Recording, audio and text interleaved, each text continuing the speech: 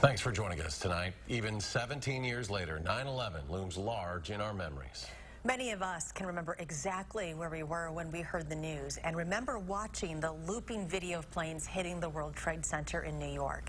Amy Reed spoke with people in town today to see how they remember. Yeah, even with time, this is not necessarily easy for people to talk about, so we had them write out what they could. I took this notebook blank to Capitol Square and let people fill it with their words, whatever they thought and whatever they felt about this tragic day. The first thing that comes to my mind. I don't know. It's hard. I can't believe that it's been 17 years. So I wrote where I was. I was walking into the main lobby of the airport. I happened to see something I never saw before. The lobby was filled with television sets. I was at work. I had just gotten to work when it happened. And there were more people crying in that room than I've ever seen before. I don't know. It's very hard to come up with thoughts. Probably because who wants to think about it? I just got goosebumps.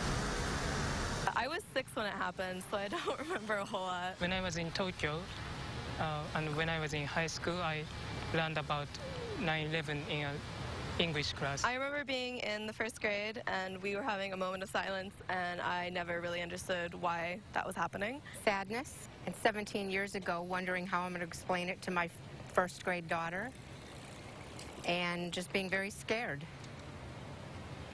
And still thinking about it even today. Just seems like it was just yesterday in one way. Even Japanese people have to remember the disaster. I think we just sat her down and told her that, you know, unfortunately bad things happen in the world, but we would keep her as safe as we could.